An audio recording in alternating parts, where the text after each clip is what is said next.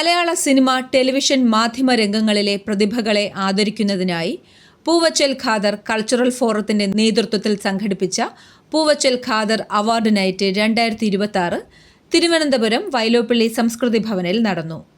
വിവിധ മേഖലകളിൽ മികച്ച പ്രകടനം കാഴ്ചവെച്ച കലാകാരന്മാർക്കും മാധ്യമപ്രവർത്തകർക്കും ചടങ്ങിൽ പുരസ്കാരങ്ങൾ സമ്മാനിച്ചു.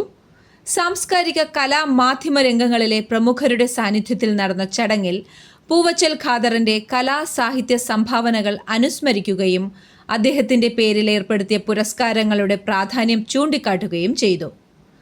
കലാ സാംസ്കാരിക രംഗത്തെ നിരവധി പ്രതിഭകളെ ഒരേ വേദിയിൽ അണിനിരത്തിയ ചടങ്ങ് ശ്രദ്ധേയമായി. ഇത്തരമൊരു മഹത്തായ വേദിയിൽ കലാ സാമൂഹിക രാഷ്ട്രീയ രംഗത്തെ ജാമ്പവാന്മാരിയിരിക്കുന്ന വേദി പങ്കിടാൻ വേണ്ടിയിട്ട് ഒരവസരം ലഭിച്ചതിൽ പലരും പറയുന്നത് കേട്ടു.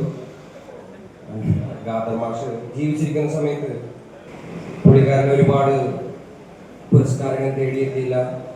പക്ഷേ പുള്ളിക്കാരൻ്റെ പേരിലുള്ള പുരസ്കാരങ്ങൾ വാങ്ങാൻ ഇനിയും ഒരുപാട് കാലത്തേക്ക് ഒരുപാട് കലാകാരന്മാരോട് വരും എന്നുള്ള കാര്യത്തിലേക്ക് വിശ്വാസമുണ്ട്. പുള്ളിക്കാരൻ്റെ പേരിലുള്ള ഈ അവാർഡ് വാങ്ങുന്നത് എനിക്ക് വളരെയധികം അഭിമാനവും സന്തോഷമുണ്ട്. നന്ദി. കലയും സംസ്കാരവും മാധ്യമ പ്രവർത്തനവും പ്രോത്സാഹിപ്പിക്കുന്ന ഇത്തരം പരിപാടികൾ പുതുതലമുറയ്ക്ക് പ്രചോദനമാകുമെന്ന് ചടങ്ങിൽ പങ്കെടുത്തവർ അഭിപ്രായപ്പെട്ടു.